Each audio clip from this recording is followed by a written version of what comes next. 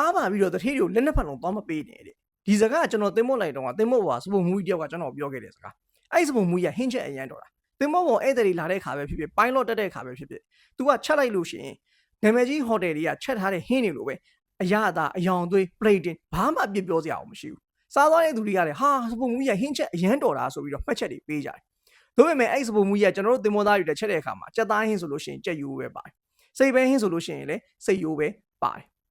သင်္ဘောပေါ်မှာသင်္ဘောသားတယောက်ကိုတစ်နက်ဒေါ်လာဘလောက်ဆိုပြီးတော့စားတောင်းစိတ်ဘတ်ဂျက်သတ်မှတ်ထားပေမဲ့စပုံမူကြီးရဲ့ဂျေစုနဲ့ကျွန်တော်တို့ကကိုယ့်ပတ်စံနဲ့ကိုအိတ်ဆိုင်ပြီးတော့ခေါက်ဆွဲပြုတ်နဲ့နှစ်ပါးသွားခဲ့ရတဲ့ရက်တွေပေါ့တကယ်ကြတော့ကျွန်တော်စပုံဆောင်နဲ့သွားပြီးတော့ခေါက်ဆွဲပြုတ်နေတဲ့အချိန်မှာစပုံမူကြီးကကျွန်တော်နားရောက်လာပြီးတော့ငါမင်းကိုတဲ့ညီလေးအရင်တယောက်လို့တူရင်းတယောက်လို့ခင်လို့တဲ့စကားလေးတစ်ခွန်းလက်ဆောင်ပေးမယ်တဲ့အားပါပြီးတော့တထေးတွေကိုတဲ့လက်နှစ်ဖက်လုံးဘယ်တော့မှတော့မပေးနဲ့ one hand for yourself one hand for your boss မင်းကအားပါပြီးတော့လက်နှစ်ဖက်လုံးသွားပေးလိုက်တဲ့အချိန်မှာတဲ့အကြောင်းမျိုးကြောင့်ကျမကြီးကြောင့်ပဲဖြစ်ဖြစ်အသက်အရွယ်ကြောင့်ပဲဖြစ်ဖြစ်ဒီလိုကိုမင်းဆက်မလုပ်နိုင်တဲ့ခါမှာတထေးရမျိုးတက်တာဘိုင်းဘိုင်းဆိုပြီးတော့ပြောလိုက်မှာတဲ့ဘာမှလုပ်ပေးမှာမဟုတ်ဘူးတဲ့အဲ့ဒီခါမှာမင်းကကြိုတင်စုဆောင်းထားတာတွေကြိုတင်ပြင်ဆင်ထားတာတွေမရှိဘူးဆိုလို့ရှိရင်တဲ့ဒုက္ခရောက်မှာမင်းမဲกว่าတယ်ဆိုပြီးပြောပြီးတော့ထွက်သွားအောင်